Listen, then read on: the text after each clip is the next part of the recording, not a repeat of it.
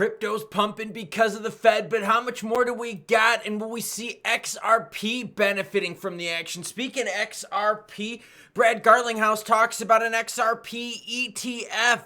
Blackrock, you interested? Along with more news regarding Chris Larsen. Due to the graphic nature of this program, listener discretion is advised. Hola, dudes and chicks, and what a great day it is today. Happy Monday. Before we get into the crypto, your comments come first. Hot, spicy, relevant, titties. Maybe I'll share it in the beginning of the next video. Richard says this: you see all these videos about Kamala supporting crypto, but if that was the case, they would call off the dogs on XRP. Richard, you are a smart man. That is totally true. Kamala is not pro-crypto. So anyone out there trying to sell you that BS is just a hopium pumper. Steve Weber, got to thank the man on this one. Steve Weber says, October 7th is the last day for the SEC Ripple appeal. That's on a Monday. I'll give them until 5 p.m. Eastern time and then party on Tuesday. Look at that. Thank you for the reminder there. Biomedical Designs has said, did you ever imagine you'd have so much power, Klaus? Okay, bring up the price now. Spell cast it up. That's right. I talked about how David Schwartz comes out on Twitter. I ain't calling that shit X. I got plenty of X's. I don't like any of them. I kind of like Twitter. DGen world. Schwartz comes out on Twitter and says, look, if there was something we could do to bring up the price of XRP, we would have done it by now. Basically saying there's nothing they can do. Yeah, and I get blamed for saying, oh, Klaus, you're the biggest reason why the price of XRP is not going up. All right, well, let me try something here. XRPeth priceth, go uppeth noweth. Dumb asseth. Bitcoin sitting at 60,316. Well, why does the heat map look different? I'm going to share it with you soon. ETH at 2669. BNB is over 600. I called it. I told you. I told you for how long BNB was going to touch it. So you could have made a little bit of juicy action on that. You get CZ out of the way and certain things can move. Sol 143, XRP 58.5. You notice things are a little different on the heat map? This is the prices, the ups, the positives, the negatives since Jerome Powell made the Fed rate cut announcement. That was a freaking mouthful. Crypto inflows surged by over 300 million following the Fed's rate cuts. I did say it would be bullish, didn't I, boys and girls? According to CoinShares weekly report, Bitcoin was the standout performer, attracting 284 million. The combination of the rate cuts and recent price moves sparked heightened interest in short-term Bitcoin investment products. In contrast, ETH has not fared so well. You can see ETH had some outflows. XRP, a little bit of an inflow, not too much. But overall, big money flowing in, and it is BTC big money flowing in. By the way, this and all the other articles you'll see in this video will be linked in the description below. You could look, you could see all the trends, what's going on. Nothing really like shocking came out of this report, but basically we knew this, right? Price is juicy when the Fed cuts rates. Why? Because money becomes cheaper, risky things like crypto become more attainable. Chris, come on. And then we're going to talk about Blackrock and XRP, okay? We got to go through some pain. We got to go through some, backdoor action because, wow, this guy is not certainly winning Man of the Year. Ripple co-founder Chris Larsen transfers 20 million XRP, sparking off sell-off fears. He already transferred and used over 10 million worth to fund an exchange. But now he's doing more. The co-founder of Ripple and one of the largest holders of XRP, Chris Larsen, has sparked sell-off speculation by transferring another 20 million. And why are they transferring? Because they're going to use it for something. If your house is worth money, what do? You want to sell it? You make some profit? Maybe your neighbors get pissed that you sold your house, but are you pissed that Chris Larsen's selling his XRP? People, we sell things that we've made money on to raise money for other ventures. These people are not married to XRP. They're married to money. And if selling some XRP means they can make some money and then invest it in something to make even more money, then they're gonna do it. The wallet, which is notably associated with Chris Larsen, transferred the 20 million XRP to another private wallet linked with the sell-offs to Binance. Oh, but Klaus, maybe he's selling more of it, everyone. Oh, and I just knocked my thing over. Holy crap, you saw that. So he's selling more XRP. He's dumping. This is Chris Larsen's taco stand. See how fast he can dump it. At least Jeb did like a little mini drawdown. This dude is just dumping 20 million at a clip. Blackrock coming for XRP. Ripple CEO speaks about an XRP ETF prospect. Let me play the video for you and let's take a listen. So you would welcome an XRP ETF then?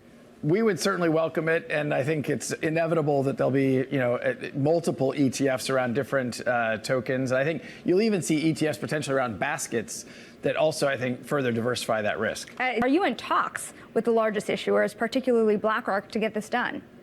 Well, I'm not going to comment on that. I know BlackRock has said some things publicly. We think it makes sense for the XRP community overall.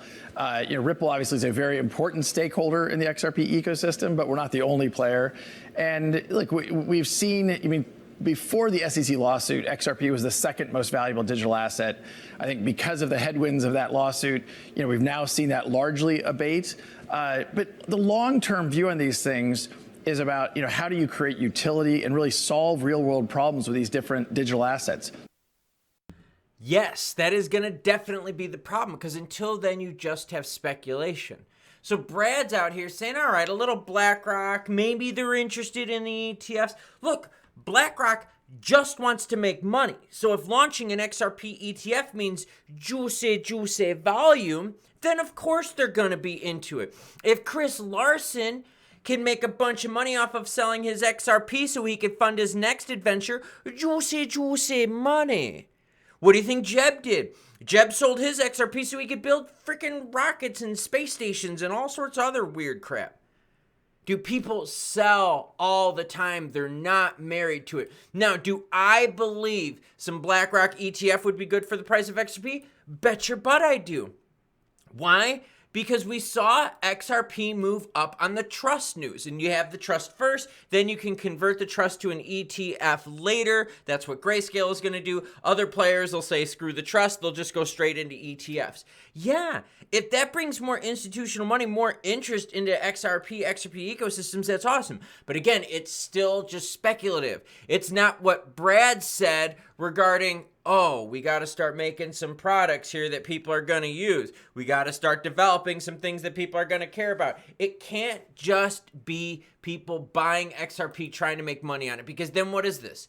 It's a game of hot potato, right? No, you want usage, you want utility. So BlackRock, ETF, yeah, because they will make money on that product. But now what we need to do is start figuring out what products are going to use XRP.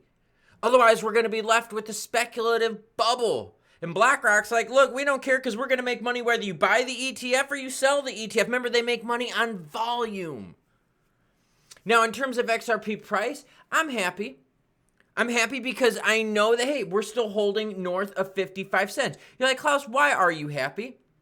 Because like Steve Weber told us, the 7th is the last day for appeals. And I honestly believe that this case is the rain cloud hanging over the head of XRP.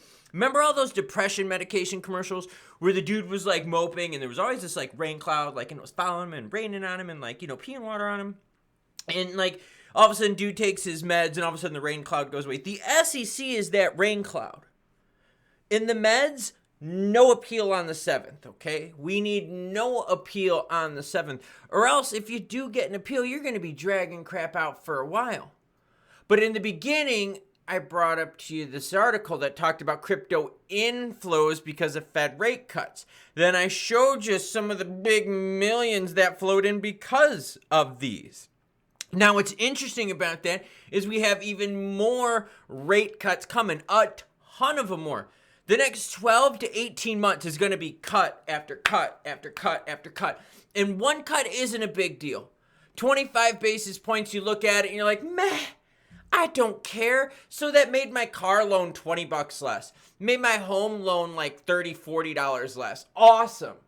But you now start stacking that 25 on top of a 50 on top of a 25 and a 25 and a 25 and a 25 and before you know it, you've got like 150 plus points worth of cuts and you feel that.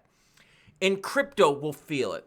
So just like that first 50 basis point led to over 300 million flowing into the markets, what do you think's going to happen when they cut rates even more and more and more? That is going to free up even more cheap money to go back into risky assets like crypto. This drink is absolutely disgusting. Salted strawberry. Yeah, I got to go do a little bit of Pilates and stretching after I do this video. So, got my gym clothes on and I'm going to skedaddle. But let's be honest about this. Cam, not pro-crypto. The Dems as a whole, not pro-crypto. Do I understand that there are Democrats out there that are pro-crypto? Of course. There's Republicans out there that are anti-crypto. So yes, you can do whatever the hell you want. But Cam is not pro-crypto. And she, by proxy, being the VP, along with, Biden, have protected the SEC. And the SEC is that rain cloud over XRP. And no, you can't get rid of it by the ladders and all that kind of stuff. That just makes you sleepy and, you eat a little bit more and stuff like that. But we can see what happens up until October 7th. And I bet you if you do not get the SEC appeal, you will get some people partying on the next day. We're going to be partying more also as the Fed keeps cutting rates, as central banks across the entire globe keep cutting rates. By the way, Canada, 3 rate cuts. Right there. See what I'm saying? You got some Eurozone action, rate cuts. Everyone's cutting. And with everyone cutting, you could play in riskier pools. Bigger money can play for cheaper. That bigger money, like Blackrock, remember, makes money whether you buy or sell because they make money on the action, not the price. They're not the speculative ones. They're the ones providing that juice. You're using them. You're using the juice. And they make money on it. Chris Larson selling his XRP to fund a frickin' exchange built on Ethereum called Yellow. Yellow? What the fuck that is? Jeb, taco stand, kept dumping XRP. These people aren't attached to this shit. It's a mode, a method for them to make money. And remember, they didn't have to buy any of the XRP. They were given it because they were founders, creators, architects, and supporters. So for them, it's all profit. So when they sell, they turn that into more profit and more profit and more profit. I'm going to go stretch because I think you get my point. Choo-choo, bitches.